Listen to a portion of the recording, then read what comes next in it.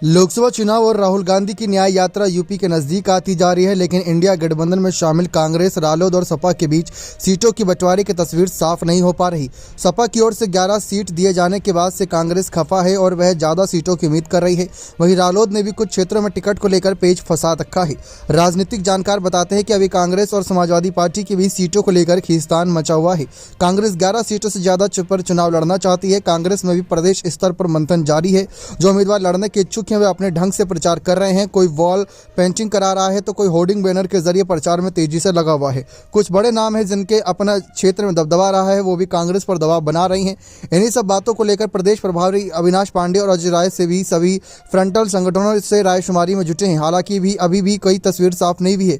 कांग्रेस के एक वरिष्ठ नेता ने बताया कि सपा ने जिस प्रकार से एक तरफ सीटें घोषित कर दी हैं वो हमारे प्रदेश नेतृत्व को नागवार गुजरी है। कुछ नेता हैं जो अपने क्षेत्र में या तो सांसद रहे या फिर अच्छा उनका जनाधार रहा है, वो चुनाव लड़ना चाहते हैं। उनकी सीटों पर सपा ने बिना कांग्रेस को विश्वास में लिए सीटें घोषित कर दी। जैसे फतेहपुर सीकरी से राज बब्बर अपनी तैयारी कर रही हैं, सहारनपुर से पूर्व सांसद इमरान मसूद, फर्रुखाबाद से सलमान खुर्शीद और बाराबंकी से कांग्रेस के पूर्व राज्यसभा सांसद पीएल पुनिया के पुत्र तनुज पुनिया भी तैयारी कर रही हैं। ये ऐसे नाम हैं जिस पर केंद्रीय नेतृत्व भी विचार कर रहा है। ऐसे और भी नाम जैसे राजेश मिश्रा जो हमारी पार्टी के वरिष्ठ नेता, इसी प्रकार प्रदेश अध्यक्ष अजय राय भी लोकसभा चुनाव लड़ सकते हैं। लेकिन सपा के एक तरफ निर्णय से बात नहीं बन रही है। कांग्रेस के प्रवक्ता अंशु अवस्थी ने कहा कि हम चाहते हैं कि इंडिया गठबंधन के सभी राजनीतिक दल एक दूसरे का सम्मान करें। यह गठबंधन नेताओं से कार्यकर्ताओं तक तभी मजबूत हो सकता है जब एक दूसरे के बीच में आदर की भावना होगी। किसी को नीचा दिखाकर गठबंधन मजबूत नहीं हो सकता। हमारे जहां पर प्रत्याशी मजबूत है वहाँ पर लड़ेंगे। ऐसे में समाजवादी पार्टी से भी हम ये अपेक्षा करते हैं कि वह भी उनकी भावनाओं का आदर करें, उनका सम्मान करें। उधर अगर बात करें राष्ट्रीय लोकदल को सपा ने भले ही 7 सीटें दी हैं, लेकिन सूत्र बता रहे हैं कि रालोद, किराना और बिजनौर पर तो राजी है, लेकिन मुजफ्फरनगर पर पेच फंस गया है।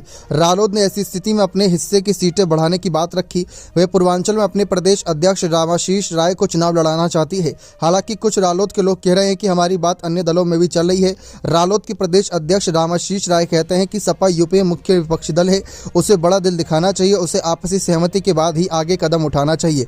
वरिष्ठ राजनीतिक विश्लेषक वीरेंद्र सिंह रावत का मानना है कि सपा ने जिस तरह से सोशल मीडिया से कांग्रेस को 11 सीटें दी हैं वह उसे पच नहीं पा रही है।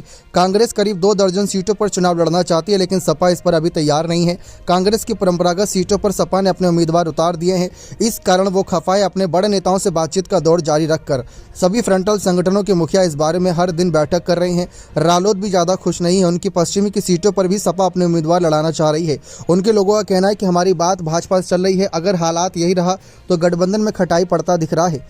अब रावण कहते हैं कि सपा के साथ तालमेल ना बैठ रहे, कांग्रेस की बसपा की तरफ जाने की ज़्यादा इच्छुक है। इसे लेकर बातचीत भी खूब हो रही है।